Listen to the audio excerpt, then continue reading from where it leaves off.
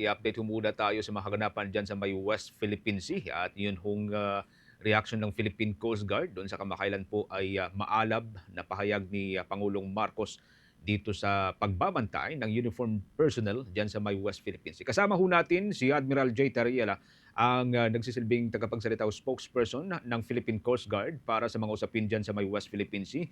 Thank you so much for joining us, Admiral Tariela, Sir, si Bombo Genesis at Bombo J. Ito. Welcome sa Bombo Radio Philippines, sa Bombo Network News. Tayo po ay napapakinggan at napapanood live sa ating 32 stations nationwide. Unahin ko pong kunin yung reaction po ninyo, Admiral, doon sa maalam nga na pahayag ni Pangulong Marcos. Sabi niya, hindi tayo pasisiil. Anong take ho dito ng Philippine Coast Guard? Lalo kapag pinag-uusapan ho natin ang mga banta dyan sa may West Philippine Sea na isa po sa mga pinatungkulan ni Pangulong Marcos. Sir. Well, una sa lahat, I don't think na mayroong significant adjustment ang panuntunan ng Pangulo noong nakaraang State of the Nation address niya. It's because since day one, ang sabi niya rin, we will never surrender a square inch of our territory to any foreign power. Noong mga nakaraang taon, except last year, yung SONA niya ng 2025, he has been very consistent. Ang sabi niya rin, we will never yield. So ngayon, tinagalog lang, inulit nga rin uli yung we will not yield. Tapos may Tagalog na hindi tayo pasisiil. I don't think that there will be significant adjustment. What I'm just wanting to emphasize is that mula noon hanggang ngayon, ang pagtindig ni Pangulong Ferdinand Marcos Jr.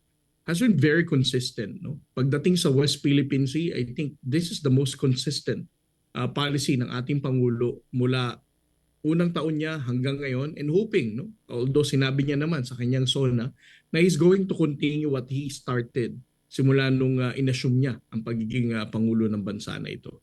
So I'm hoping that until the last year of President Ferdinand Marcos Jr., hindi magbabago ang kanyang pagtindig sa ating karapatan sa West Philippine Sea. Mm-mm.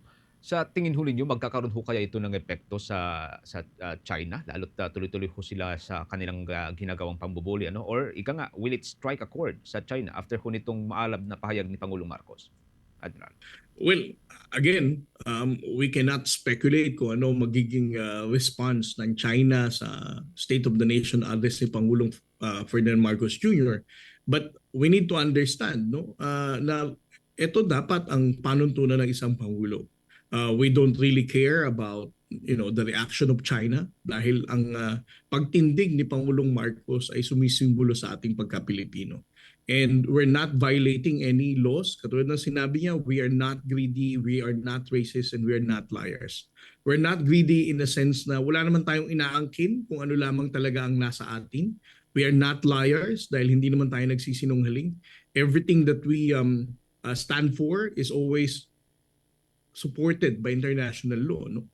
And sa nakaraang SONA niya, ginunita niya rin ang 2016 Arbitral Award. So I don't think that for President Ferdinand Marcos Jr., he considers whatever the reaction of any other country pagdating sa usapin ng ating karapatan sa West Philippine Sea. Pero yung policy na yan na babanggit po ninyo, Admiral, pwede bang masabi na kahit papaano measurable ito or impactful ito dyan sa West Philippine Sea? Or meron ba itong somehow concrete translation doon ho sa ating pagbabantay dyan sa pinag-aagawang karagatan, sir? I think it's very easy for us to size up, no, or to measure kung ano ang naging impact ng pagtindig ni Pangulong Marcos sa West Philippine Sea. Let's talk about the transparency efforts, no. Sa transparency effort ng ating pamahalaan pagdating sa usapin ng West Philippine Sea, nung nakaraang survey last December ng Pulse Asia, it says that 9 out of 10 Filipinos are supportive of the transparency effort. Mas gusto ng ating mga kababayang Pilipino na isa publiko ang lahat ng insidente na nangyayari sa West Philippine Sea. Ganon din ang bilang ng mga Pilipino. I think 8 out of 10 Filipinos would be willing to stand up for rights in the West Philippine Sea. So para sa akin, pagtaas ng kamalayan ng mga Pilipino is a good indicator of the policy of President Marcos, and also the willingness of the Filipino people to fight for our sovereignty and sovereign right is also an evidence, no, na positibo na tinatanggap ng ating mga kababayang Pilipino ang kanyang polisiya pagdating sa usapin ng West Philippine Sea. And diyan po yung susunod na katanungan ko sa Admiral ano. Bilang resulta ho kasi dito, may mga pumupo na diyan sa policy na 'yan or sa paninindigan na 'yan, especially yung mga critic ng administration na ito or ng Marcos administration. Ang challenge or ang question ho para ho sa Philippine Coast Guard lalo ho sa transparency policy na 'yan, paano ho bridge yung gap na 'yan mula doon sa mga kritik at doon sa pagnanais ng administration na, somehow maipatupad yung policy na ito, Admiral? Well, para sa akin, no, kung wala tayong bias, hindi tayo talaga diniktahan o hindi tayo binayaran ng China para maging maingay na troll or influencer against the our fight in the West Philippine Sea. Kumbaga, everything is normal. Kung ano lang, normal variable lang. Kumbaga, walang nag-motivate sa'yo to be an assertive naysayer ng ating position sa West Philippine Sea. Kung everything is normal, kapag Pilipino ka, dapat titindigan mo talaga ang karapatan natin sa West Philippine Sea. Ngayon ang tanong, kung ordinaryong Pilipino ka, hindi ka naman binayaran, pero maingay ka sa ating posisyon sa West Philippine Sea, I would like to believe na isa ka lang na naging biktima ng fake news and misinformation. You are misled, you are misinformed pagdating sa issue ng West Philippine Sea. And the saddest part of that is meron pang isang dahilan. No? Ang problema sa ating mga kababayan, naapektuhan na rin sila ng pagiging panatiko sa isang politiko. Na porke ang kinikilala nilang politiko ay iba ang pagtindig sa West Philippine Sea at kumikiling sa China, parang it also made them convinced, no, na tama yung paninindigan ng politiko nila. And this is the reason why we're doing transparency. To provide the right information, ma-convert pa natin ang mga misinformed na ating mga kababayan sa issue ng West Philippine Sea. And secondly, also for those fanatics, no, to also be converted. Na kapag pinag-usapan ng West Philippine Sea, hindi ito usaping political. Ito ay usapin nating lahat bilang Pilipino. Okay. Bambujay, with your follow-up, Admiral. Admiral, kayo po yung pinaka-vocal dito no, sa usapin ng West Philippine Sea under Marcos administration. Nakita po ninyo kung paano yung policy direction ng ating Pangulo. Under naman kay former President Benigno Aquino, ang 2016 award ang naging legasiya. Ngayong administration ni Pangulong Marcos naman, ano sa tingin ninyo ang pinakamalaking iiwang legasiya ni Pangulong Marcos? Para sa akin, ang pinakamalaking legacy ni Pangulong Ferdinand Marcos Jr. ay ang pagtaas ng kamalayan ng ating mga kababayang Pilipino. Totoo yung sinabi mo, no? I mean, we cannot take it away from President Noynoy Aquino. The 2016 Arbitral Award is something that has to be credited to President Noynoy Aquino. Pero alam naman natin na nangyari after him. It was the Duterte administration na binaliwala ang pagkapanalo natin, and at some point the Filipino people were also misinformed, no, and the incidents that were happening were actually downplayed, kaya kumbaga nabudol natin ang mga Pilipino nung nakarang administrasyon. But for President Ferdinand Marcos Jr., ang pinakamahalagang contribution niya rito sa ating laban ay magising ang ating mga kababayan mula Luzon, Visayas and Mindanao na kapag pinag-usapan natin ng West Philippine Sea, laban nating lahat ito bilang Pilipino. When we started the transparency effort, no, kapag sinabing WPS, every time I visit different universities, lalo na sa Visayas at Mindanao, not everybody can really explain what WPS stands for. No? Ano ang acronym na WPS? Pero ngayon, sa kasalukuyang panahon, mula bata hanggang sa matanda, ordinaryong tao, mula elite, middle class, and even on those people who are in the poverty level can stipulate what WPS stands for. And they are all more aware, and they also support our fight in the West Philippine Sea. So para sa akin, this is the biggest contribution of President Ferdinand Marcos. Ngayon parang mas bukas ang kasalukuyang administrasyon sa pagsama ng mga sibilyan at even media men dyan sa West Philippine Sea, which is far different sa past administration na halos walang civilian convoy na nakakapunta dyan, Admiral. Yes, as part of our transparency effort, naniniwala ang ating pamahalaan that the Filipino people deserves to know what is happening in the West Philippine Sea.